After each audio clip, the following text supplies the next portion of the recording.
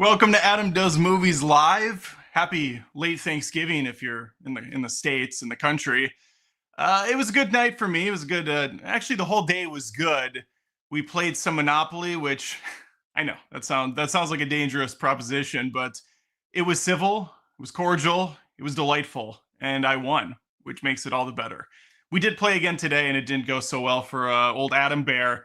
Things were tough. I bet it all early on the first side of the board with the light blue colors, the cheaper properties, but I was able to produce a lot of income early on. But my wife played the long game, and in the long run, she won because of it. We played some Mario Party as well.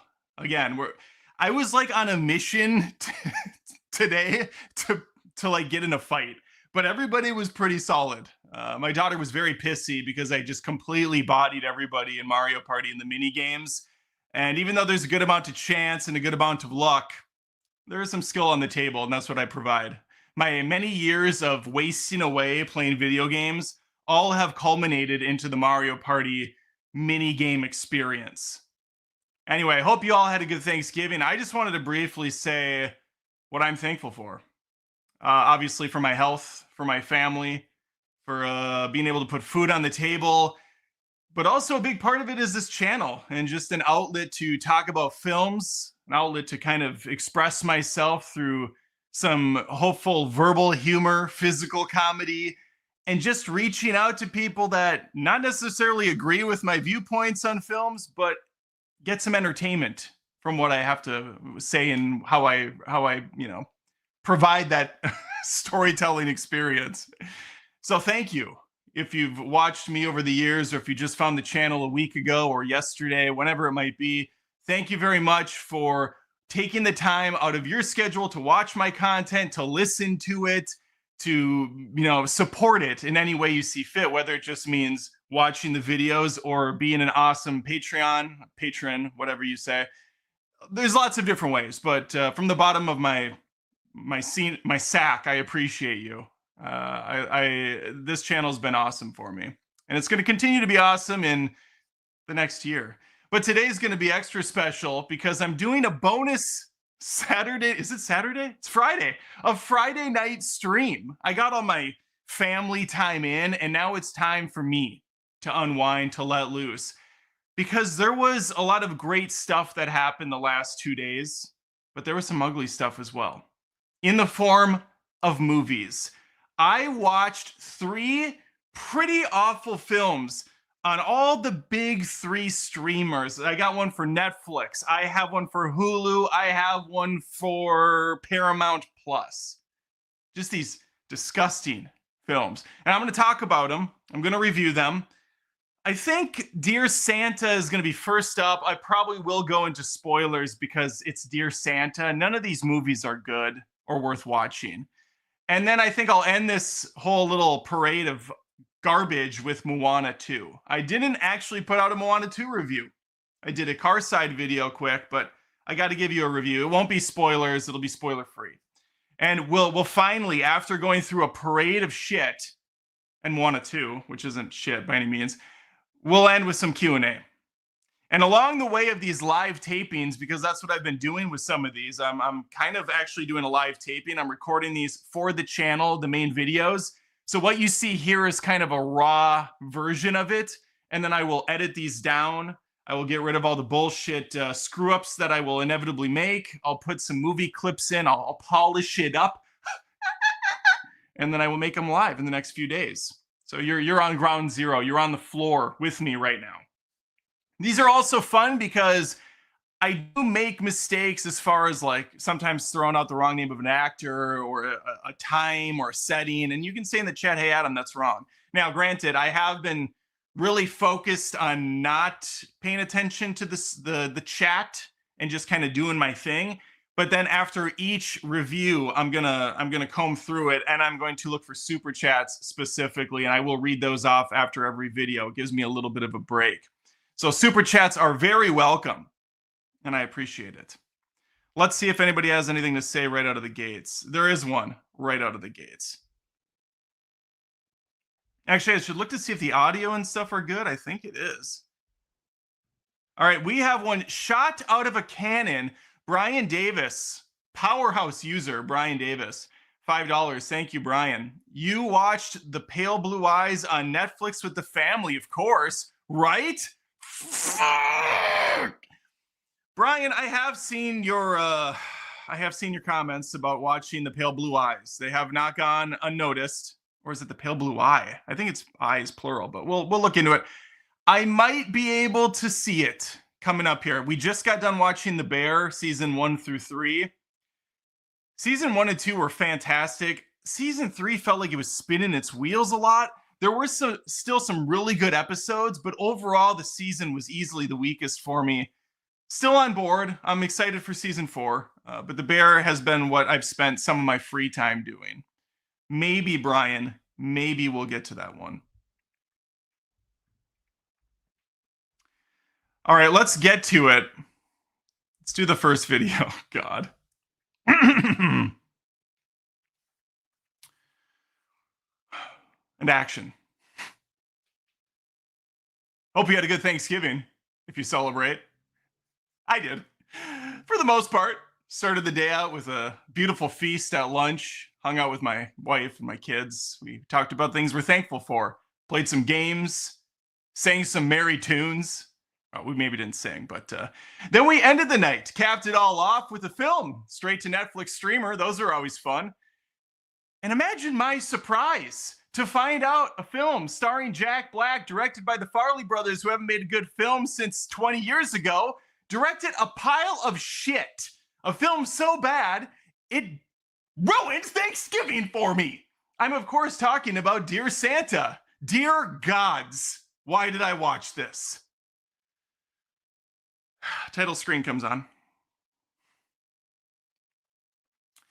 If you were to tell me once upon a time ago that the directors of Me, Myself, and Irene, the directors of Dumb and Dumber, one of my favorite comedies of all time, the directors of a few other pretty solid comedies over the years would go on to make some of the shittiest movies that are considered comedies, I guess, in the last 15, 20 years. Dumb and Dumber 2 ranking pretty high up there with insulting sequels. And I bring up Dumb and Dumber 2 not just for nostalgia's sake, but also because it's kind of appropriate based on Dear Santa. These two films have one key aspect in common. They're both very ugly, mean-spirited films. I have no problem with dark comedy. I have no problem with some good I have no problem with some mean-spirited ribbing, especially when it comes for a villain character. But I'm talking about everyone in these movies. Dumb and Dumber was great because these guys were both idiots and they did stupid things. They were naive. They did make ignorant decisions, often to their benefit as they saw fit. But then the sequel comes along and they are just straight assholes. Ignorant and mean-spirited. Not a good combination. One that we apparently champion in all walks of life these days. But here we are in 2024 with Dear Santa, another movie falling in that same category of miserable, awful people doing selfish things told in a stupid way. Some of the worst cinematography I've seen from a mainline directing duo in a long time. Bobby Farley is the only one directing this one. His brother what is his brother's name? Peter. His brother Peter Farley did the writing. Maybe they should have flopped. Maybe they should have traded places because yeah, not great on either front. What's this film about though? Let's get to the premise. And I will say, in this aspect, I thought it was kind of funny. Thought it was a good idea. Our main character, let me look up his name because I don't remember it. Liam Robert Timothy Smith. Our main character, Liam Turner, played by Robert Timothy Smith, who is coming up in a couple other shows. He's doing that Star Wars TV series that looks kind of like a Goonies-esque thing set in the Star Wars universe. If he plays that role like he played this one, yikes, because kid actors are tough to come by, and it's hard for them to sometimes, perform in a way that's humorous and also has some emotion tied to it without sounding like they're just reading off the script. Yeah, he sounds like he's reading off the script and not doing a very good job of it. This what's the kid's affliction again? Oh, crap. What's that called when you can't read? Hey, chat. Chat, what's it called when you can't read in the correct way? Like words are all scrambled up. What's the term for that again? I'm going to wait until someone answers because I can't be bothered to Google it. Dyslexia. Thank you. Yes. Yeah, we got it. Thank you guys very much. This poor son of a bitch suffers from dyslexia. He's dyslexic. He can't read correctly. The words are out of sync. And so this forces him, this causes him to write a letter to Santa Claus, but he accidentally puts letters in the wrong spot and puts Dear Satan. That's the only funny thing in the whole film. He does this not because the little boy who's 11 believes in Santa. No. His mom very much is in the Christmas spirit. He does it on her behalf. His mother loves Christmas. You can tell this because there's zero decoration throughout the house. They can't even get the goddamn Christmas tree up because his parents are in tough times. They lost a child. We know this because I think it's maybe said after an hour into the film, there is a hint on a picture frame in the background, but otherwise they really don't dive into this at all. And then in the later half, this becomes the kind of emotional core of the film, and the movie's trying to switch from humorous, dark, edgy comedy, and it's not edgy at all, to sad, emotional, touching film, and failing on all fronts, spectacularly. I guess before I go any further, I should say there will be spoilers. Here's the biggest spoiler. I had a hard time getting through this, and I was fast forwarding by the time I got to the last 20 or so minutes. And this same thing can be said for the 3 Christmas movies I watched on the streaming platforms. My God, we are not trying at all, are we, Netflix or Hulu or Paramount Plus or Peacock or any of these stupid streaming services? It's all about pumping out content. I fast forwarded every one of these at one point, or I just straight up shut it off because I couldn't deal with it anymore. You know what I realized? I said that this was a Netflix joint. This is not a Netflix movie. This is a Hulu. I believe this is the Paramount Plus exclusive. Fuck. I'm pretty sure I said this is a Paramount Plus. All right, I'm gonna redo this part that goes to the beginning intro of this thing, and then we'll fix it in post. We'll do it live later, I guess. Who would have thought that a film starring Jack Black straight to streamer on Paramount Plus would be trash? I did, but I still went in and watched anyways.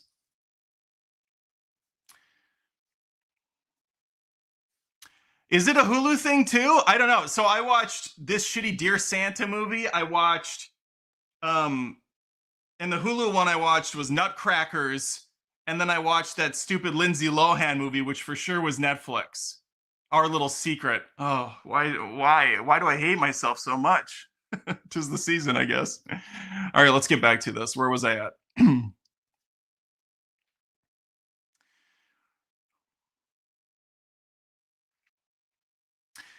Now, this isn't like the most clever of concepts. In fact, I'm pretty sure every kid that was 7 years of age and older at one point figured out, holy shit, Santa and Satan are, if you mix these, holy crap, they're the same word, kind of. They have the same letters. This is crazy. The Farley brothers, though, appear to have not really aged up their humor like a fine wine. It's still stuck back when they were in fourth grade humor. And so this is what we have with Dear Santa. Shit jokes. We have one where the teacher sharts himself, and I believe Jack Black, who plays Satan, says, when a man sharts, a demon gets his horns. I'm paraphrasing, but honestly, I think that's about what he says, spot on. Yeah, we get a scene where the teacher shows up in his bike gear, and he's like, and Jack Black is like, yeah, I did that. And the guy kind of stumbles away pathetically. Jack Black here is doing a bit of a Little Nicky style of approach to Satan.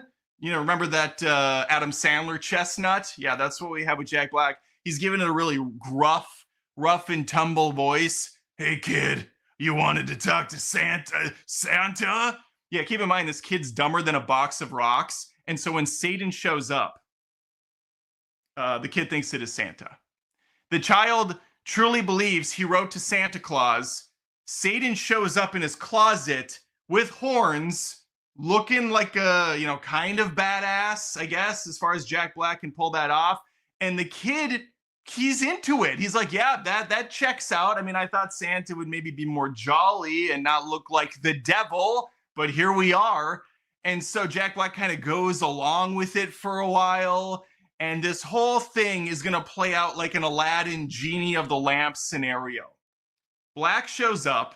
He says to the boy, hey, kid, you got 3 wishes. I did it first. Aladdin stole it from me. You never had a friend like me. And the kid's like, okay, cool. What should I wish for? Out of all the things I could wish for, having all the money in the world, you know, never going hungry, having unlimited friends, having women, you know, gush all over me. You know what? I really like this one girl in my class. It would be cool if we could maybe like go on a date. That's one of his wishes. Of the 3 wishes, that's one of his wishes. Wish number 2. This is even more precious. He's got one friend, and here's where the mean-spirited stuff's going to come in. He's got one friend, and his parents know their son sucks and is a pathetic loser, I guess. So they won't buy that he just has a friend. But he does. He genuinely has, you know, a kid in his grade that he hangs out with. He's a nice kid. He's got,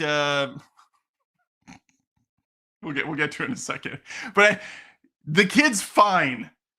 But when he introduces him to the parents, Liam says to this guy, I think his name is like Gibby or Bucky or Douchey. What is his name? Where is this stupid kid? Gibby. Yeah. Oh my God. Gibby gets introduced to the parents as a child who is suffering with cancer. Laugh. Isn't cancer funny? Subscribe for cancer. No, it's not funny. It's not presented in a funny way. It's just kind of mean-spirited and miserable. Because I can't even begin to like go through the process of how this could be a humorous joke. The film has nothing to provide for comedy. It sets nothing up as far as the punches, and it certainly doesn't deliver the hit. Instead, it's just awkward scene after awkward scene, framed up in the most pathetic, lazy-ass way possible. This isn't the Farley brothers' first foray into filmmaking. They've been doing this for countless years. So the fact that they can't punch in once in a while on a shot, they can't get closer to the camera once in a while, they're all these lazy-ass, mid-level shots, and that's it. That's the whole movie. This friend Gibby is all teeth. All teeth. He might have a face under them, but the poor kid has like dental work. He's like a dentist's wet dream. The kid's teeth are way out here. At one point, he's drooling because he can't talk. At one point, he's drooling because he can't talk. He can't form letters or words or sounds. And obviously, he's wearing fake dentures or whatever. So let's go backwards. Let's rewind the tape where Liam says, "For my second wish, can my friend's teeth be fixed?" I don't even think his friend ever mentions his teeth needing fixing. Liam, like the rest of the audience, just doesn't want to fucking look at those teeth anymore because they are hideous. And they're not funny to look at. They're just kind of miserable. They're just not appealing on camera. And so eventually they will get fixed, and they will put different fake dentures on top of this actor's real teeth. And they're still gigantic because these got fake ones on top of real ones. And I mean, honestly, it wasn't much of an improvement. The kid could just keep his mouth closed and things would be much better. But yeah, he's wasted 2 wishes on 2 pretty trivial things. And so now we get to the final no, we don't. We gotta talk about, oh my God, we gotta talk about Post Malone. Once Liam makes his wish to go on a date with a girl, he gets his chance, his one shot, his one opportunity, Eminem. He goes to a Post Malone concert, which apparently is taking place in the back of let me think of something. What's something funny where a concert could be taking place in? Okay. He takes her on a date to a Post Malone concert that apparently is taking place in the back of a library. It's very quiet for this rambunctious good time. It's very quiet. It's very chill. Looks like there's an audience of about 60. What the hell kind of venue is this? Oh, well, we don't have a budget for anything else. So yeah, we'll throw him.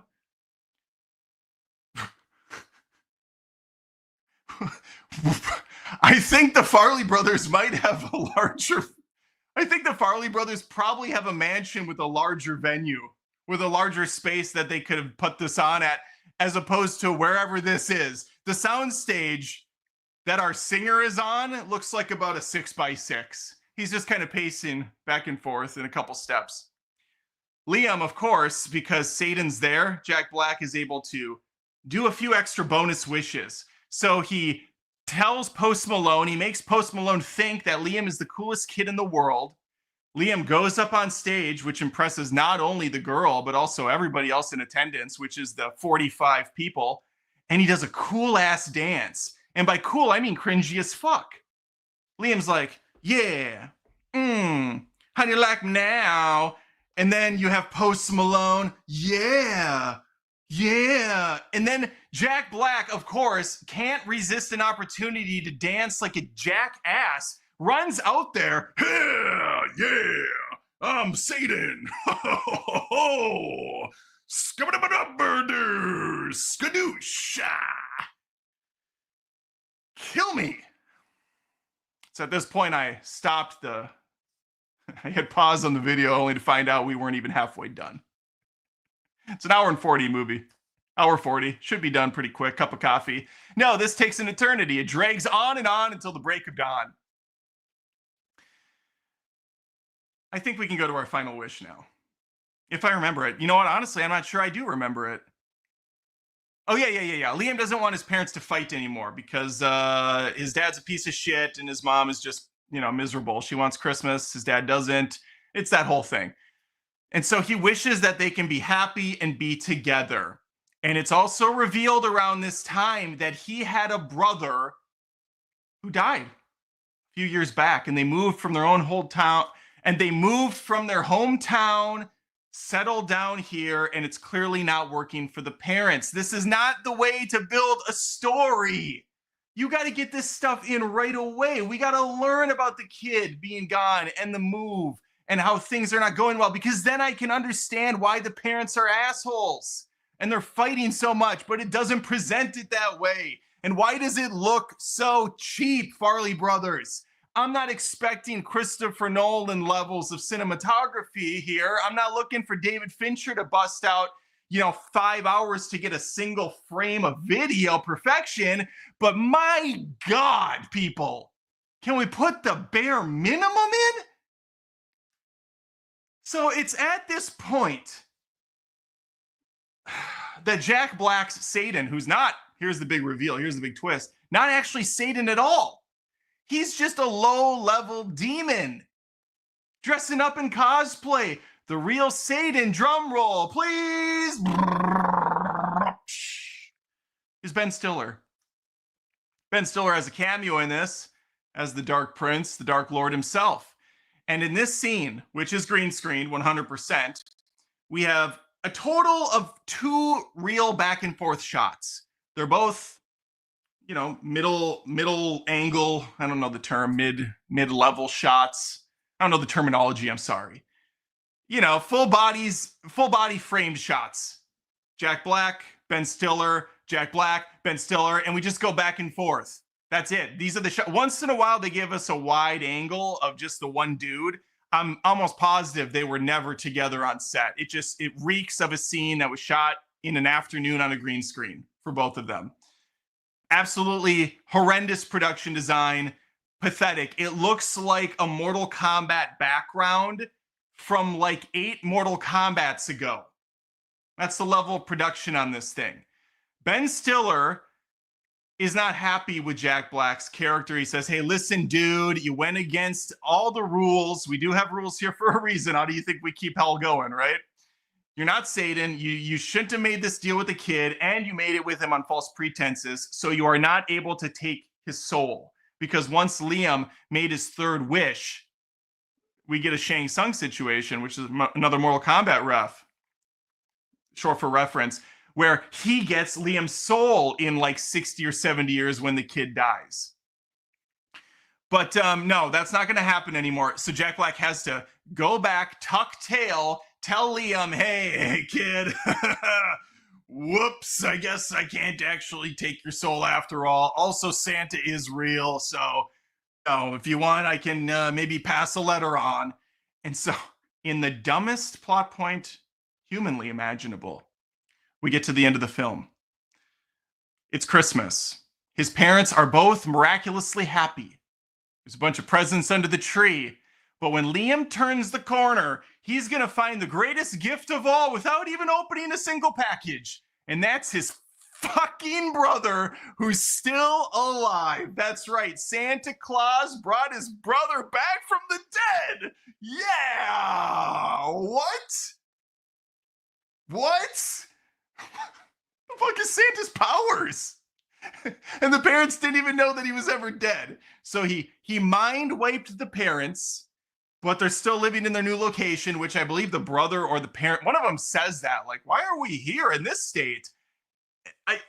And Liam, holy shit. And Liam is like excited to see his brother, but it's only for a second.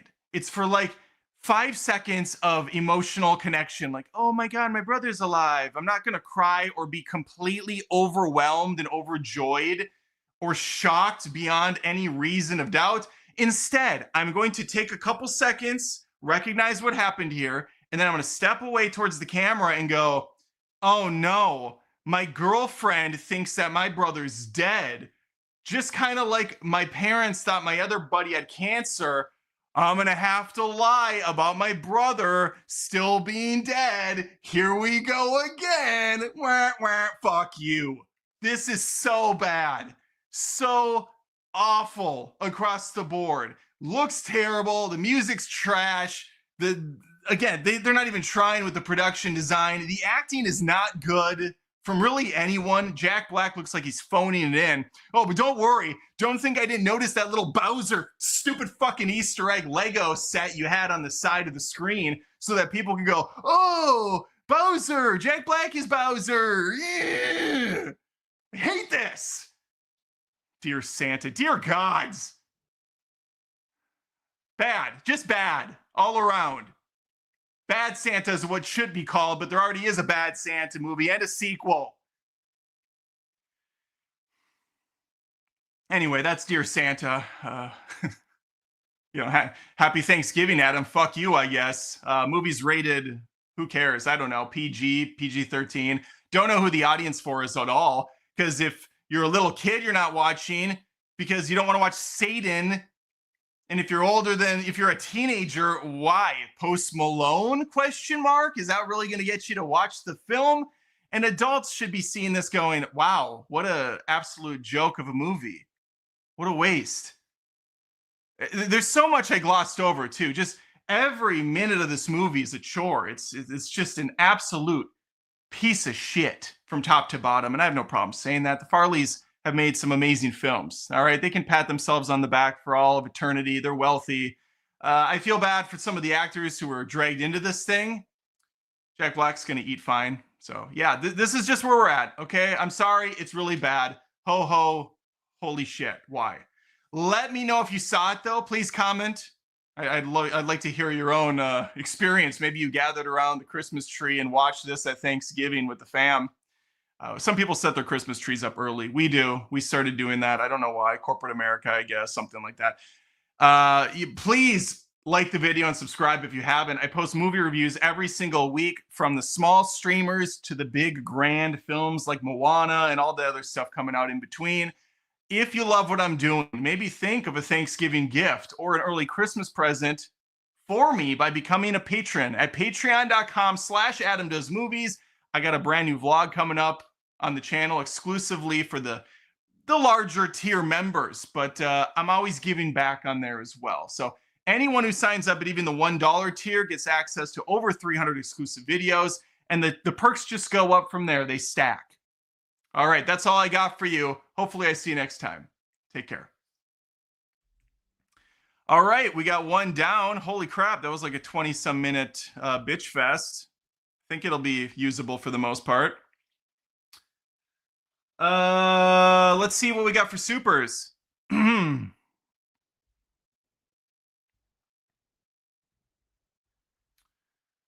We have the Juan for $2. Thank you, Juan. Watch.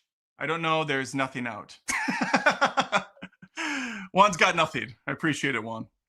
Kyle Nelson for $4.99. Dear Santa is a Paramount Plus produced movie, not a Netflix movie, dummy. Jeez, you ruined my Thanksgiving, Kyle. You ruined your super chat because I figured it out on the fly, but I do appreciate it. You got my back, and I respect you more for it. And I am a dummy. There's no question about that. Oh, you know what else I'm thankful for, kids? I was off the grid yesterday. Didn't bring up my computer, didn't bring up my phone. Just, hung out. Shut it off for the day. Switched it all off. And I checked out Twitter, the artist formerly known as Twitter, this morning, which is always a good idea. And I found someone had messaged me on there. They said, "Hey, Adam, here's a nice little Thanksgiving fuck you." Some special individual went live on their channel that I assume jerks Godzilla videos off 24/7 and made a 3+ hour live stream on how much I suck and how wrong I am about Godzilla -1. Needless to say, I did not watch, as much as I like a good ribbing and make fun of myself quite often. I don't really need to sit for 3.5 hours and hear what some profound individual has to say about me or my viewpoints on things. It is what it is. But yeah, what a nice Thanksgiving meal that was. A day late for me, but still. And yeah, if you want to find that video, you can just look on. Well, no, I didn't respond to him. I didn't give him any actual, airtime, but maybe you can find it. I don't know. All right, we have Hack the Movies, $5. Thank you, Tony. The best Santa/Satan idea was already done in Santa Slay, starring wrestler Bill Goldberg. Oh my God. Wasn't Bill Goldberg also in one of those Universal Soldier films, like Universal Soldier 13? I don't even know. But Santa Slay I did not see. I imagine Bill Goldberg is top tier when it comes to acting. Thank you, T-Bone. Michael for $1.99. Any thoughts on Angel and DW Studios in the future? Angel Studios. Yeah, they're you talking about the Sound of Freedom people? No, I don't have any thoughts. I don't like really preachy shit. Angel Studios, obviously, that's what they're gonna do. They're gonna always find a way to fit some sort of bullshit message in. I will say though, I really enjoyed that Hilary Swank movie. I think that was Angel Studios, or maybe it was the DW Studios. It came out last year. It was based on the true story of a hairstylist who had a child with cancer. I might have this completely wrong. And she can't afford her bills. And that was a really nice movie. It did have the forced God conversation in there at one point, which made me roll my eyes. But overall, it was Ordinary Angels. It was called Ordinary Angels. Just a very nice, uplifting, heartfelt, hour and a half feel good story based on a true story, sort of a thing. Yeah, I enjoyed that one. So if we can get more movies like that that feel more like 80s and 90s classics where there's not a lot to them, they're just based on a true story, feel goodery, I'm in. I like that stuff. As far as like the Sound of Freedom, I mean, whatever. The if they're gonna do those types of movies, they're more movements, they're more online social movements than they are actual movies. They're just more messaging that they can get out and make a certain group of people feel special because they're like holding the line or something, or rising up against some sort of practice, and at the end of the day it's all just kind of marketing bullshit. Kyle Nelson for 199. Hack, that was Universal Soldier: The Return. Oh, Kyle, we're in sync. We're in sync. Rob K for $5. Does Jack Black sing in Dear Santa? Please say no. Rob, unfortunately, no, I don't think he does. I don't think he sings a single note in Dear Santa. It's possible during the end credits they give him some time to shine, but no, he just does some goofy dancing on the stage, and that's about it. And one more gorgeous super chat from Voyager 1. Bad Christmas movie? Hold my beer. I can recommend what does he say? A Biltmore Christmas. Pretty bad. Fun fact, I worked at Biltmore Estate as a photographer while they were shooting it. Interesting. I don't even know what that movie is. But there's a million shitty Christmas movies every year. It's hard to really know. All right, let's do the next one. I don't have my giant flask of water, but we'll go one more before I need to reload. Appreciate the super chats. Keep them coming, folks.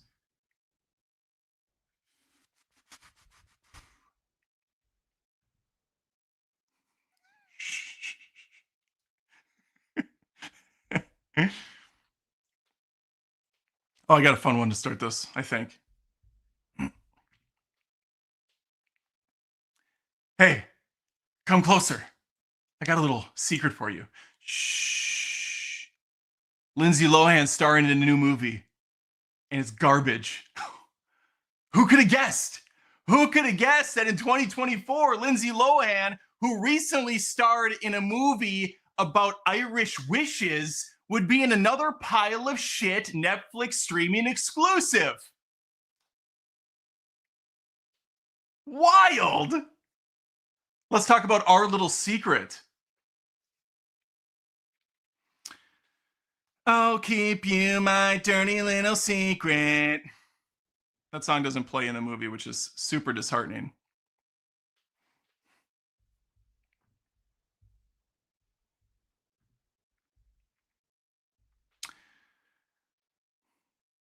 Lindsay Lohan, God. Lindsay Lohan plays Botox lady Avery, a girl, well, a woman who's got seemingly something going for her. She has a boyfriend, a boy who used to be a friend, but has become more in years' time. They had a magical relationship growing up together, which turned into something more serious. In fact, it was so serious. What's the boy's name? What's the guy's name? Is it Logan?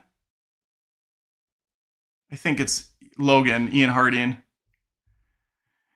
In fact, it was so serious. In fact, it was so serious, Logan got down on one knee ready to propose in front of all their friends and family. He should have maybe read the room first, or just taken a second to take a look at her face, which is almost entirely expressionless because of all the work done over the years. However, I could still figure out that Lindsay Lohan, not so into it, not so into the idea, and she gives him a proposition back. Proposition marked, fuck you, and bails on the guy, moving across the country and through time itself, as we will be transported 10 years into the future, where she's a working girl in the city and he's a working guy in somewhere, and they've both moved on with their relationships. But before we get there, I'd appreciate if you subscribe to the channel. Adam Does Movies. Like this video. Even leave a comment if you want, as I post movie reviews every single week. Would love to have you stick around. And I'm also going to point out there's going to be maybe spoilers. I'm not sure where I'm going to go with the review. It's all very loosey-goosey. It's very free-flowing. We'll find out. You know what else is kind of free-flowing, this movie? The way they presented everything. Let me paint you a picture, fam, in case you don't want to watch this, which you absolutely should not. If you've ever seen an episode of Curious George or that pile of shit Caillou, I'm Caillou, I'm Caillou, I hate you, Caillou. Sorry, brought back some Nam flashbacks of when my kids were younger, and I saw that in the TV in the background and wanted to kill myself at every waking minute. This movie is going to start with that presentation. We're going to get a white screen with some crappy animations showing how these two lovebirds fell in love, and then I guess out of love, because Avery did not want to settle down. She had her whole life ahead of her and didn't want to be bogged down by Logan, because Logan's Logan. He's kind of lame. He's milquetoast at best. We are then going to go from this kind of carefree, fanciful, children's book-esque story where we get some credits, we get some character names, we get the title comes up in a whimsical font, to then completely different titling when we put the date at the bottom of the screen, which was, I don't know, 2014, I think is when it starts. And then we get a third set of typography and title cards. We go from freaking storybook shit to this crappy scene at the house party with other font treatment to the third set of titling, which is horrendous, and I'm almost positive it was created with AI. This is hilarious. We get the I love you, I don't scene, and then we're transported through time through these shitty Photoshop file PowerPoint presentation shots. 2014, 2015, 2016, and up and up. And we get shots of like Bernie Sanders in the mask meme, and we get Elon Musk behind one of his dumbass cyber trucks, and we get a few other shots as we're taken to 2024. And I didn't realize at the time this was happening, because I'm not all in on this movie right out of the gates, that it started only 10 years Richard prior. Because why the fuck would you do a timeline transition like this for only 10 years? I thought at minimum it was a 30-year jump. Then it makes sense. But 10 years? Are you kidding? Are you out of your fucking mind with that? And again, I'm a stickler for consistency. And so when not even 10 minutes into the movie, you have given me 3 different title treatments, I'm having a hard time believing in you. I'm having a hard time seeing the passion, seeing the dedication, the devotion, and the focus. And I'm not going to be very invested in the rest of the movie. But I pressed forward, I pushed through. And what I got was a pretty awful affair.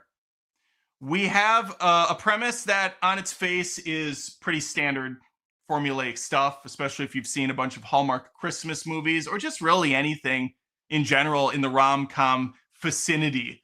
Because what's going to happen is Avery and Logan have moved on in these 10 years. They have good jobs. They have new boyfriends and girlfriends. But there is one thing that's going to bring them back together 10 years later. I was going to 10 years. I was going to say 10 years. JC Slater. That's a really big stretch.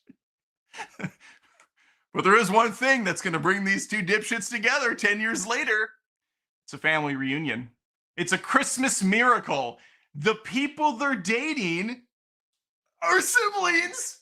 So we are going to come together under one roof, and these two are going to see each other again. Are sparks going to fly? Are emotions going to run high? Or is Avery going to pull a wild card move and say, Logan? Never heard of him. Who is this guy? He seems like a card. No, I've never heard of Logan before.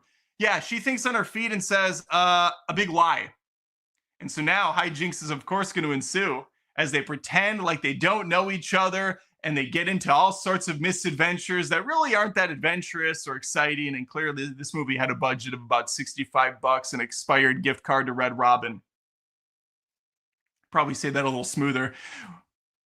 Which clearly had a production of about $65 and an expired gift card to Red Robin.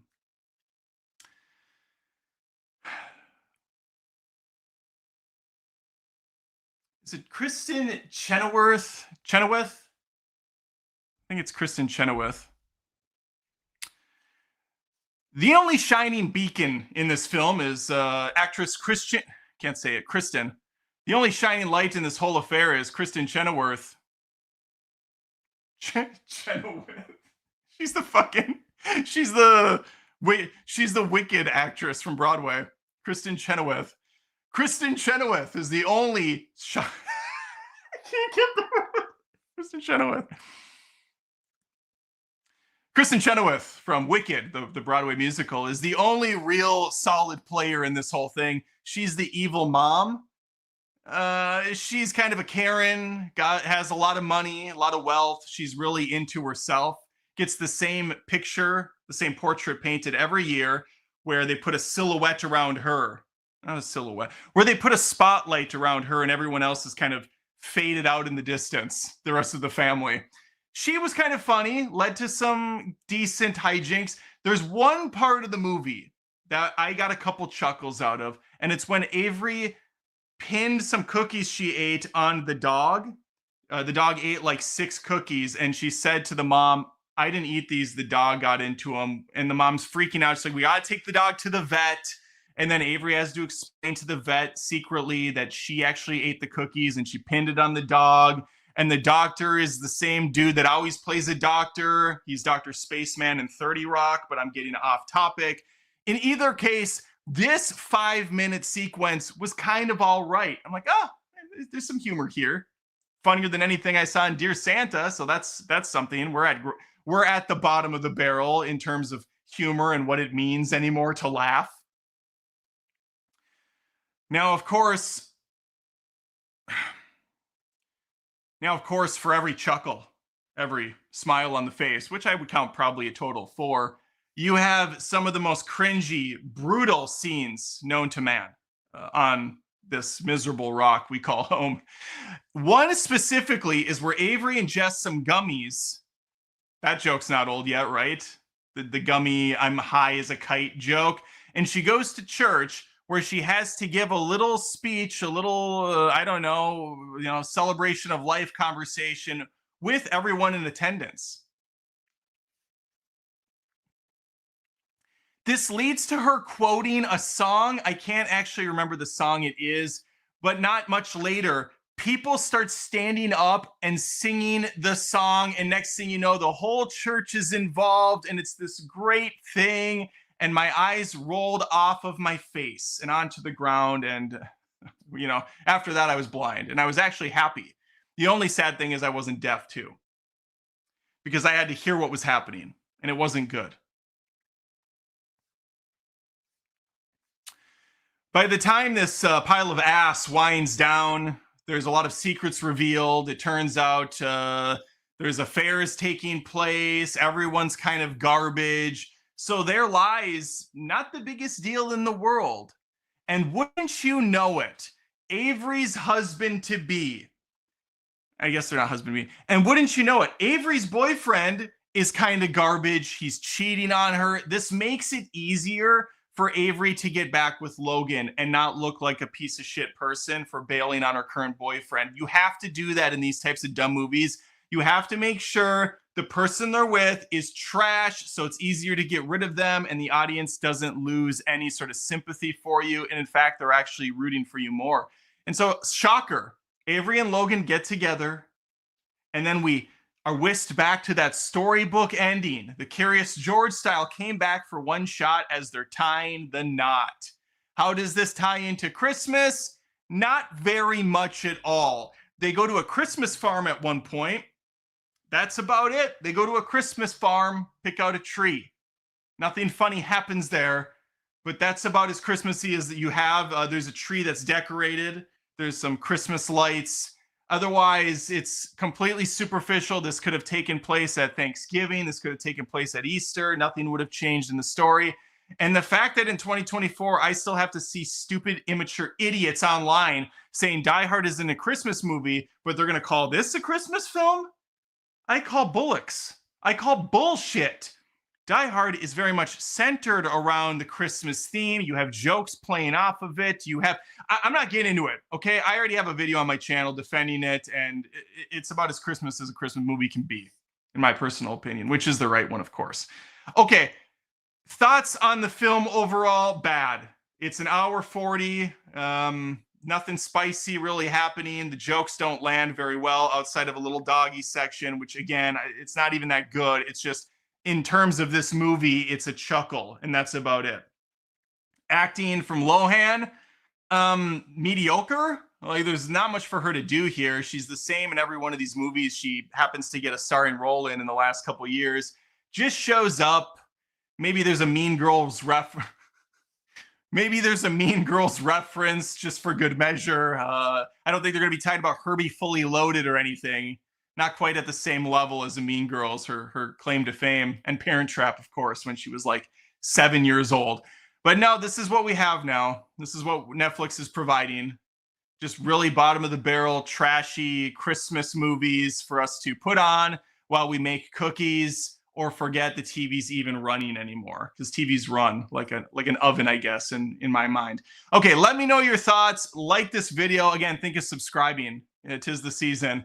Let me know if you saw this thing, the train wreck that is Our Little Secret. They didn't even play Dirty Little Secret by All American Rejects, which honestly pissed me off. But then when I saw the movie, I'm like, no, it's for the best. Don't tarnish that song with this ugly affair. All right, that's all I got for you. Hopefully I see you next time for another Christmas review. I got several in the hopper, and none of them are good. I mean, the reviews are good, but not the movies. All right, see you next time. Take care.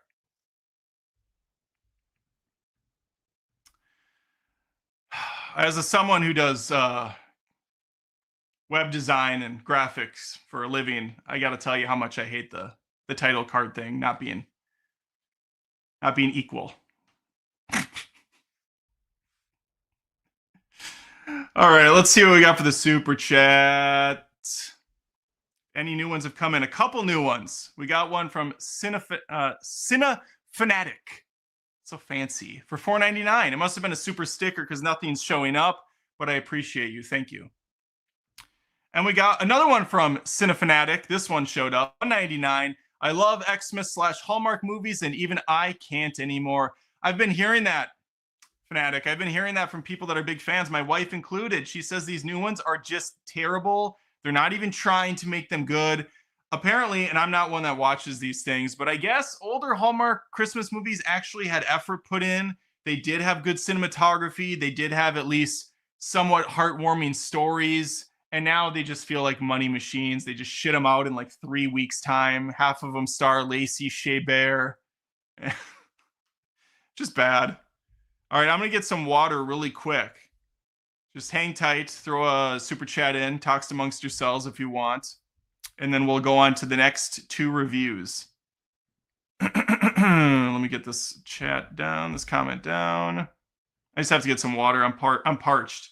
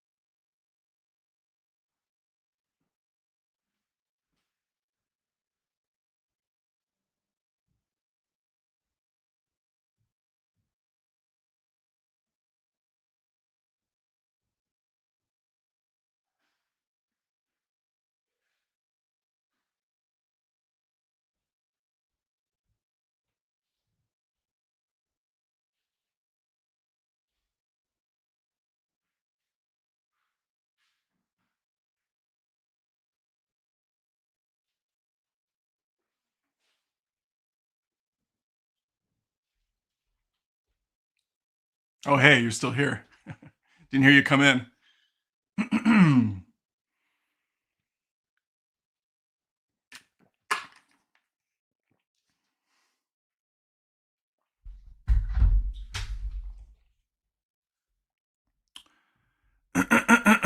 What do we got? Ugh. This one probably won't be too long.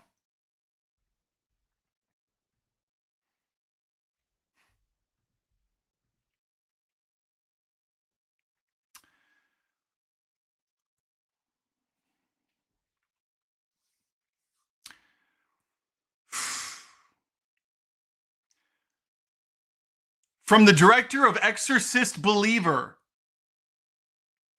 David Gordon Green, comes his new foray into film called Nutcrackers. It's a Ben Stiller joint. And normally, Ben Stiller joint would be good for me. I like Ben Stiller. I love a lot of his old films. But it's also a streamer exclusive on Hulu. Ben Stiller, Hulu streaming exclusive, kind of canceling each other out. And in fact, the Hulu power is overpowering Ben Stiller. And what we're left with is a pretty miserable time. Let's talk about Nutcrackers, the third crappy movie I watched in a row. It's beginning to look a lot like I hate myself. And I keep watching these streaming movies. I beg to the streamer gods to put even a small amount of effort in. Now, to Nutcracker's credit, we do have a real director directing in this. I mean, David Gordon Green. He made a Halloween trilogy, and some people like some of them. I myself don't really have a problem with any of them. I know I'm in the minority. I know Halloween Kills, not very well received, and Halloween Ends, definitely not well received. But for me, at least, there was competency in the directing. Now we're on Nutcrackers, a film with a script so jarringly lame. I don't understand why Sir David thought it necessary to make this film at all, but apparently it was inspired by his trip out to a friend's place where he saw this loving family that had homeschooled kids, kind of unconventionally bucking the trends and social norms and just living their best life. And so he thought, I want to make a movie about this starring Ben Stiller. I want to kill off the two parents, and I want to put him in a precarious situation where he has to try to look after these little shits for a weekend. How fun. And of course, Stiller's character has a deadline. His name is Michael. He's got a deadline. He's got to get back for a big, important conference, a presentation.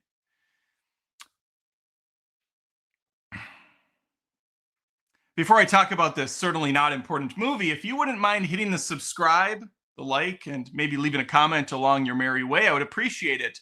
The film's called Nutcrackers. Let's put a spoiler tag right on this because I'm probably going to ruin some stuff for you. There's no nutcracking at all. And there's certainly no nutcracker, at least not until the final 15, 20 minutes of the film.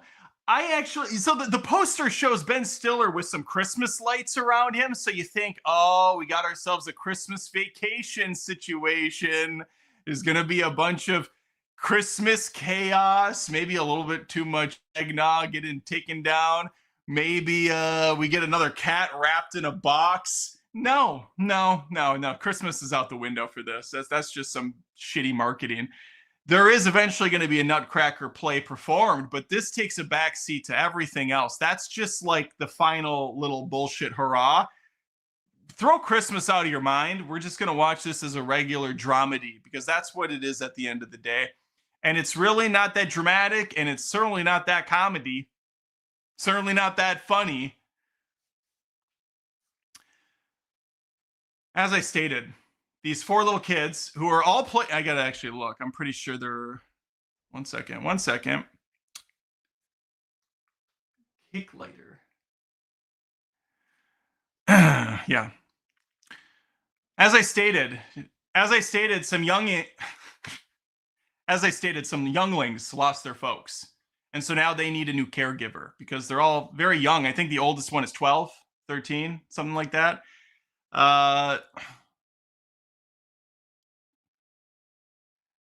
They are the Kicklighter family, and they're actually all brothers in real life. They're the Jansen family.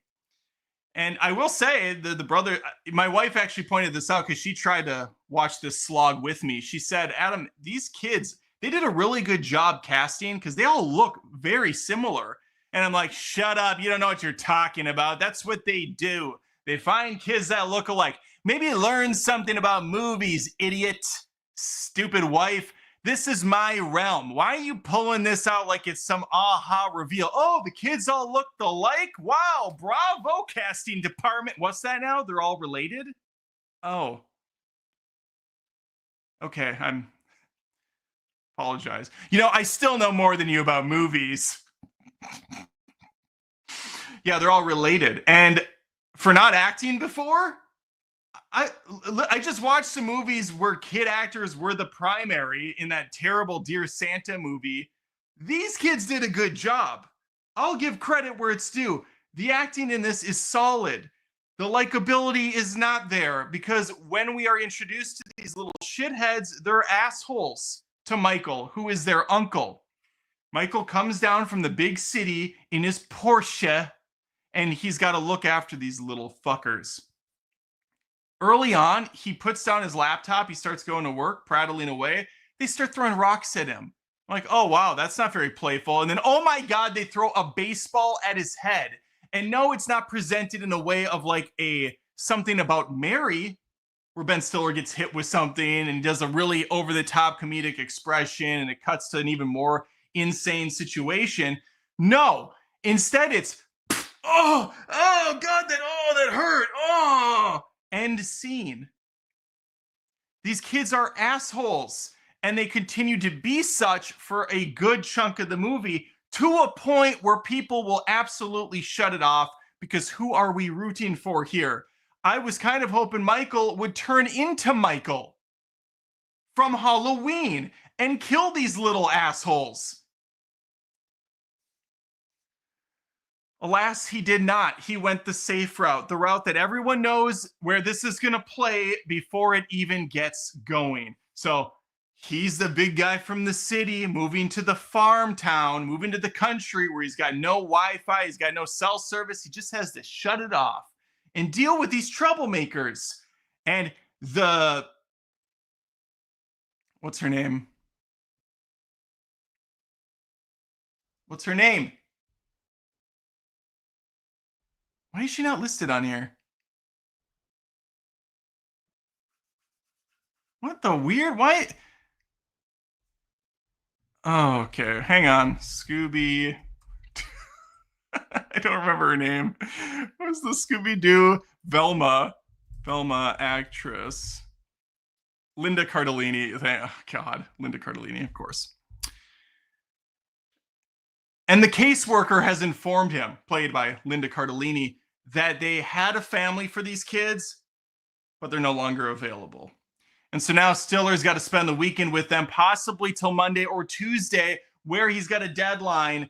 And I'm guessing, based on have watched any movie ever, that he's going to fall in love with these children and eventually he will take control, adopting them, becoming the primary caregiver, kumbaya. Oh, it looks like he's got a little bit of sparks with Linda Cardellini. I wonder if they'll become a couple. I wonder, yeah, of course they will. This is the most paint by numbers formulaic shit ever, which can be perfectly fine if done well. This isn't. Gordon Green has spent too much time in the horror space. I don't think he knows comedy if it hit him in the nuts. I don't think he knows comedy if it hit him in the nuts. He's doing everything so dry. It's almost like an A24 quirky film, but it's not doing the quirky stuff. This isn't a Little Miss Sunshine situation either, which is a great comedy, by the way. That's more the dry comedy that I appreciate. This is just so dull and has no energy to it. And Ben Stiller, who I think is a great comedian, is so boring here. He's just phoning it in. It's like he'd rather be doing anything else than participating in this movie. There's really nothing here that I made it. I'm going to be honest with you. I made it an hour into this film. and then I fast forwarded to a few scenes because I just wanted to see if I was right and knew that it was going to end exactly the way that it predictably would, and it did. And then I wanted to see if there's any Nutcracker shit in it, and there kind of was. It looked like it was really bad, and that's the movie.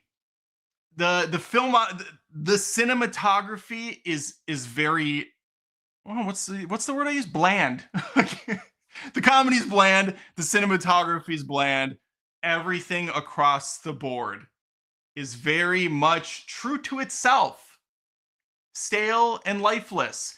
I don't think it's horrible. I think it's maybe kind of watchable for people, but again, there's just so many better examples of a movie like this. I already brought up Little Miss Sunshine as one of them. If you're looking for like a feel-good family outing that's a little bit unconventional with quirky characters, the kids aren't quirky, they're just kind of shit. And there is a scene where they're trying to make some jokes where Michael has to teach them about the birds and the bees. And the one kid just keeps saying like boobies and penis and vagina. And this is the humor level that we're at now.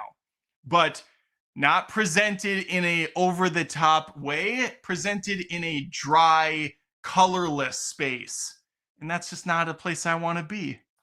All right, I think that's about all I have to say. It's a short review because it was a short viewing for me. I didn't make it that far in. This is the third movie I watched out of the Christmas Chronicles collection. Netflix had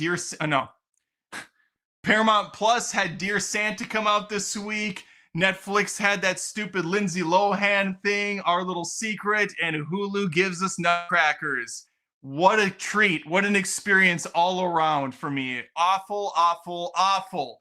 I did see Moana 2 with the kids a few days ago. Enjoyed that mediocre thing, but at least that was a watchable, colorful, vibrant, very formulaic film. Get in and get out. We all had a good time with it. I will have a review for that one next. I'm way behind on it. I apologize 1,000 times over.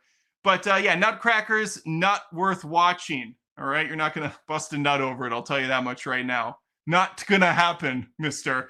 Let me know your thoughts. Leave a comment. Please think of liking the video and subscribing, hitting that notification bell up top, short for notification. And that way these will show up in future videos. And that way I will show up in your feed in the futures. More, yeah, let's say that. And then these videos will show up in future fall, crash and burn at the end. And then I will show up in your video feed somewhere. I don't know how the algorithm works these days or what the YouTube gods have announced is going to be the way moving forward. But as for now, notification bell and subscribing is paramount. Plus, if you love what I'm doing, become a patron at patreon.com/AdamDoesMovies. There's different tier levels. I opened a new merch store. You can probably find t-shirts under this video if you're on YouTube watching. And yeah, those are just great ways to support the channel and my mental health, which is quickly starting to deteriorate. All right. Hopefully I see you next time. Take care. Skate-it-it-it-it-it. 3 down, 1 to ho. Let's see if we got any more soups. Just one came in during the little rant. Where's my water? Shadow Humor, always a pleasure. $5 super chat. Appreciate you watching all these discount Hallmark movies, man. I appreciate you appreciating me watching them. Thank you, Shadow Humor.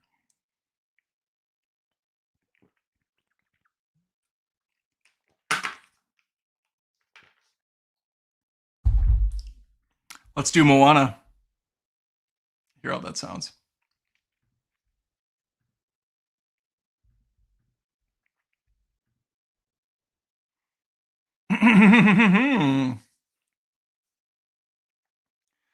What is this dumbass new catchphrase? Maui, is that his name? I think it's like Maui catchphrase.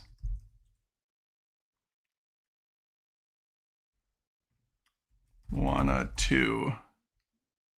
Oh, can I get a Chihu? So bad.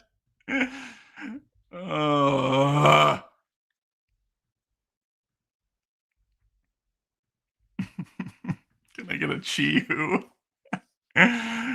uh,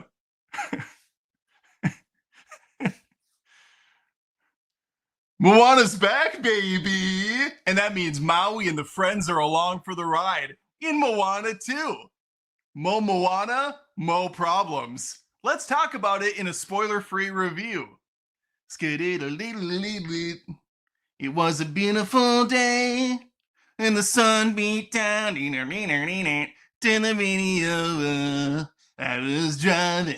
Okay, sorry, I forgot I'm in public right now. And I'm calling. I love that song. I don't know any of the lyrics, but I love it. Nothing comes close to that song in the second film. There is music. Some of it's solid. None of it's amazing. None of it's making me sing along. They do have a new theme that's going to come up one or two times with Moana flipping around on the boat, but it's not hitting me in the soul, man. Not like that first film does. Before I go on this journey with Moana and her friends and the little pig and the other pig and the chicken and what other merchandise they created for this thing, if you wouldn't mind trekking your ass down to the subscribe, I probably shouldn't swear on a G-rated movie. If you wouldn't mind trekking your ass. If you wouldn't mind Chi-Huing your ass. If you wouldn't mind taking a cup of water and just splashing that subscribe, I would appreciate it. And hitting the notification bell too. Take some more water and just splash the notification right on your computer or your phone. Trust me, it's the best way to subscribe to the channel, Adam Does Movies, because I post movie commentary, rants, live streams, reviews every week. Would love to have you along for this journey. Let's go on one with Moana and friends now.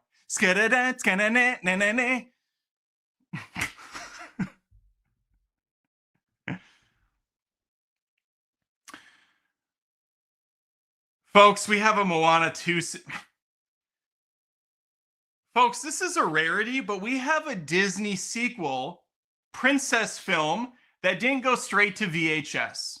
That didn't go straight to DVD or Disney Plus, which, let's face it, is the new straight to VHS for anybody that's depressingly old at this point, like myself. There's going to be some people that go, what is VHS? There's going to be some people that say, what's VHS, Papa? And then the dad will come over. Ah, yes, VHS. I remember like it was yesterday. You would pick up that tape from the store, you'd bring it home, you unwrap the little cellophane and slide the tape out like a freshly used condom.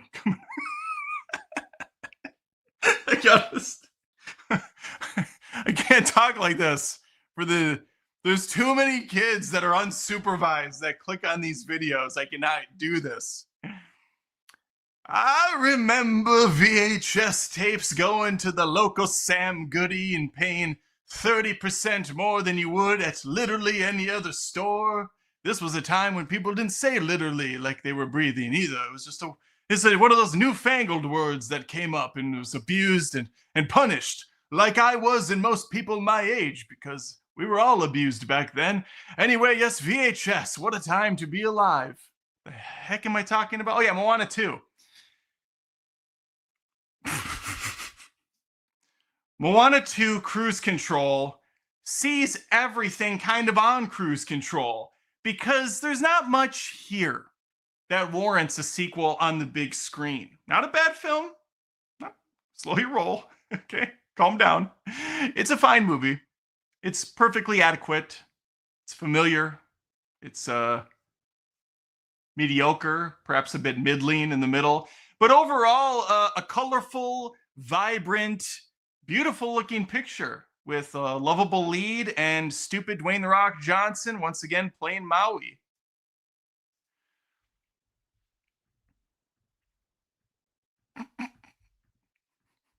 Fuck, I forgot what's that.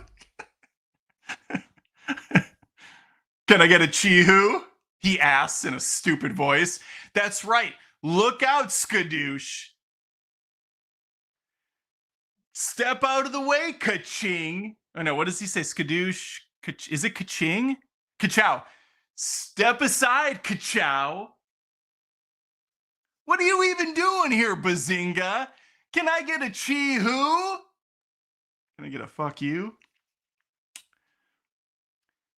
That's right, Maui gets his own catchphrase and a song to accompany it. And it kind of kills me inside to say this, but it's one of the best songs in the movie. And this is coming from a person that doesn't really like You're Welcome from the first film. I didn't really vibe with that song. But Chi-Hoo is a solid little toe thumper, tub thumper. I get knocked down, but I'll get up again. Why is it called that? Why is toe thumper is not a thing? Toe thumper is not an expression, but let's just keep going. And then ask and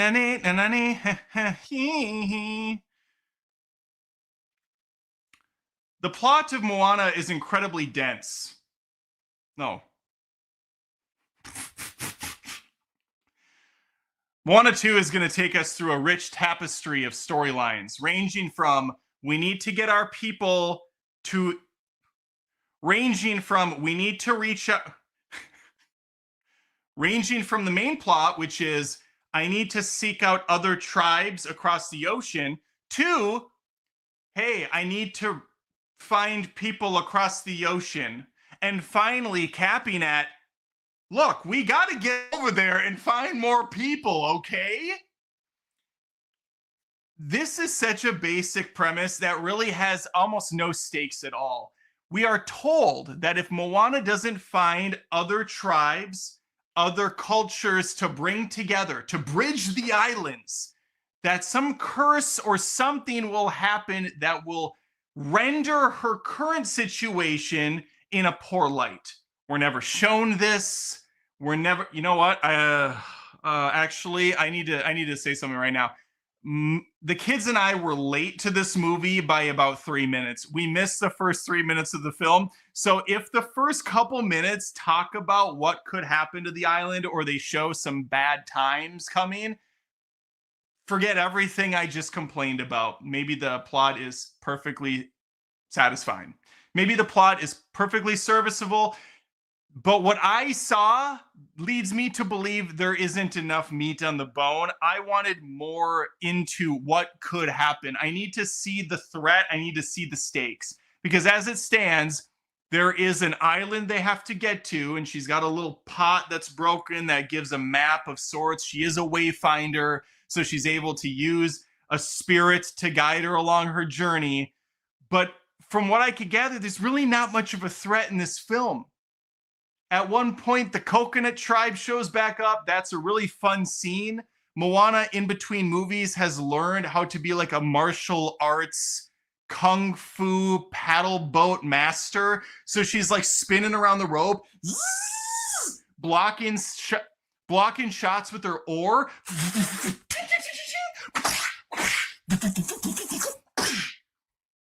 That stuff's cool. I like that. I'm all in on a Disney princess who's not actually a Disney princess. They point that out in the film, which is funny. It's meta. I like it. Who can kick a bunch of butt? And she's got the arms for it. She's jacked. Moana got an upgrade. She looks great. Whole film looks fantastic. Unfortunately, joining her on this misadventure is going to be a ragtag crew of idiots.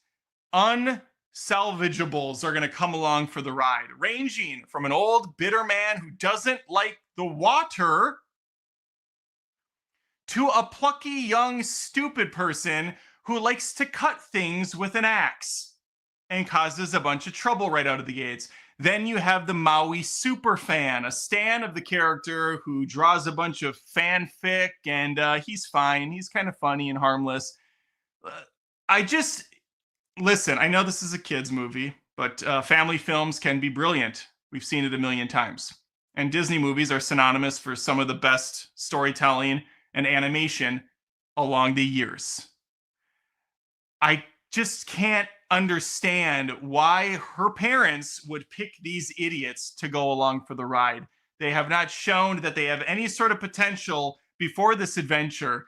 So it's just frustrating when we have a protagonist who's hampered down with complete numbskulls. We saw this recently in that terrible Buzz Lightyear movie.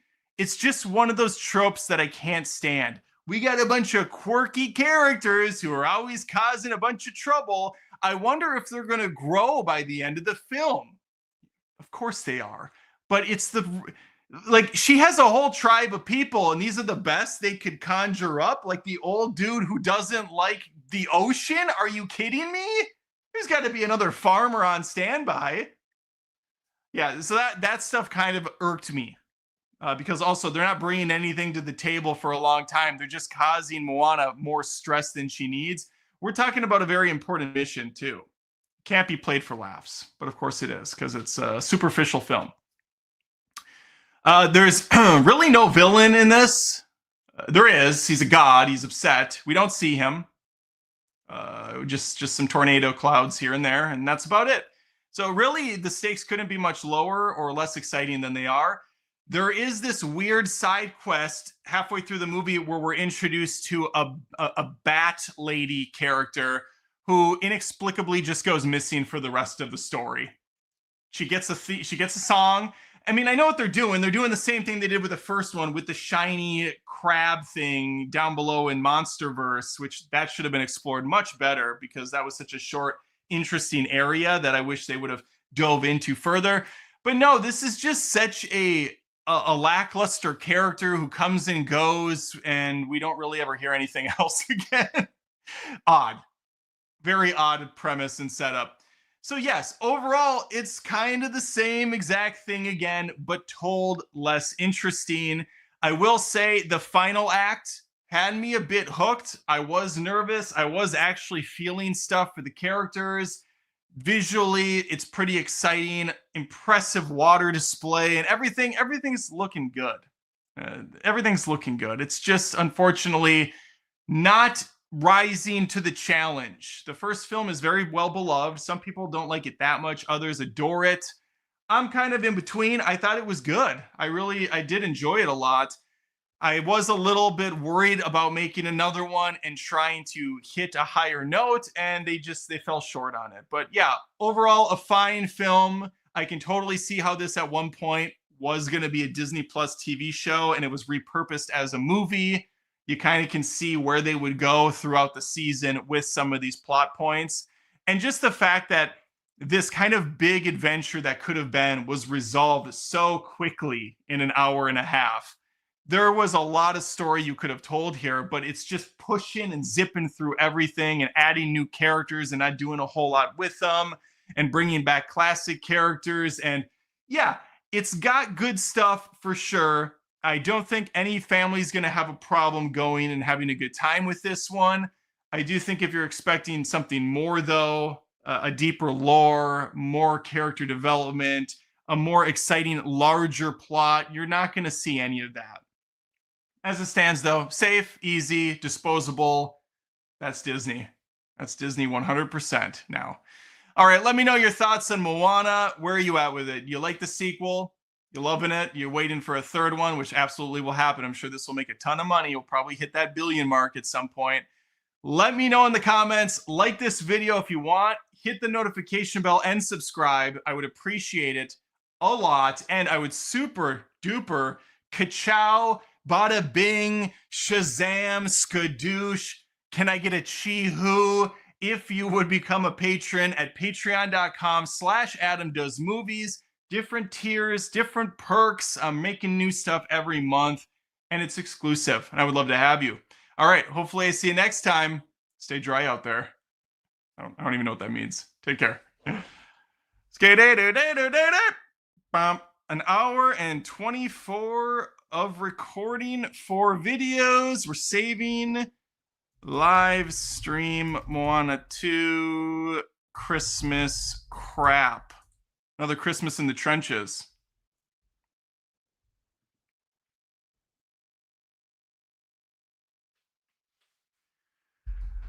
Whew.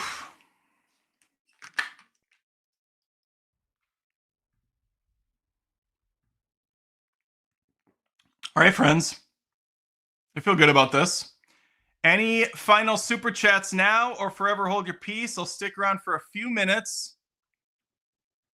And then I will close it down. Consider this a victory. I'm going to be spending a good amount of time tomorrow editing a lot of stuff. I got all these videos to edit down into reviews, so please watch them when they come out. I would appreciate it. It's work. And then I think I have one more video to edit from my last live stream, which was kind of just a movie reaction to Lilo and Stitch being live action and Sonic 3 trailer. I'm kind of combining it into one video. I don't know if it'll do well or not, but you know, I filmed it. Might as well get some more out of it. A little bit more bang for the buck.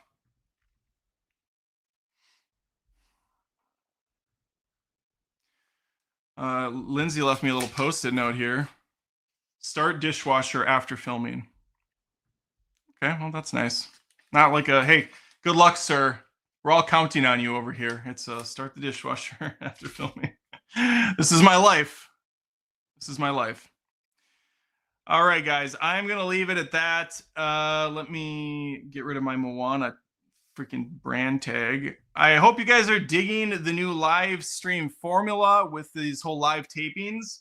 I've been doing more of them recently. They're going well, I think. I will also be throwing in conversational live streams as well with Tony and hopefully Sean and Cody and some of the other guys that have come and gone. Try to get some more people this year or moving into 2025. And yeah, that'll be that. I'm looking forward to next year. Unfortunately, gang, I don't think we're going to come close to hitting that 100,000 subs that I wanted to hit. It was a lofty ambition. It was a lofty goal. Where are we at right now? But there's no question that we will be getting it in 2025. Zero question. It's only a matter of when. Yeah, we're at 91,636. We're in November still. December, we'll probably see some decent numbers. I would guess the year ends around 92,000 some. 92,000 some. That's probably where we'll go. We'll get that damn plaque in 2024. But yeah, that's what it is. Please share. I know family's around for Thanksgiving. We got Christmas coming up. Please share. Tell people about the channel. Get them to subscribe, and we'll get there faster. One more super chat at the end from Cecil, or CSAL, for $5. Thank you. You're the only movie review channel I watch. You're freaking hilarious. Hashtag dry humor for the win. Thank you very much. I appreciate that. Really appreciate that. All right. Happy holidays, everyone. I will see you. It's Friday, Saturday, Sunday, Monday. I'll probably see you Tuesday for another live stream unless I randomly do another one before then. Otherwise, look for these videos edited down in a much more cohesive, better looking presentation because I'm filming on my iPhone and this camera's not as nice. So, all right. Take care. I'm ending it there.